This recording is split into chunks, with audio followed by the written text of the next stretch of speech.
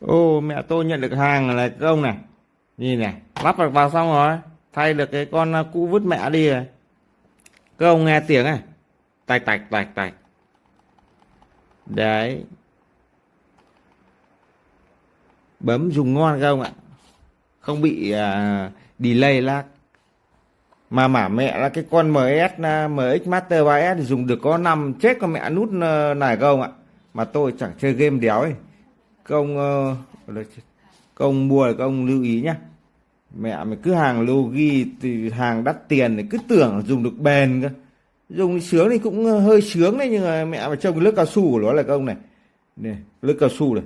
Mà rơi vài phát là te tét luôn này. Đấy, cao su dùng được có 5 giờ mẹ. Trông nó bám mồ hôi kinh bò con mẹ ăn được ấy. Mà nó xuống cấp. Đấy, dùng một năm mà chết con mẹ nút này phải mua thay này. Đấy, các ông muốn mua Logi lưu ý nhá. Đắt tiền bỏ mẹ ăn.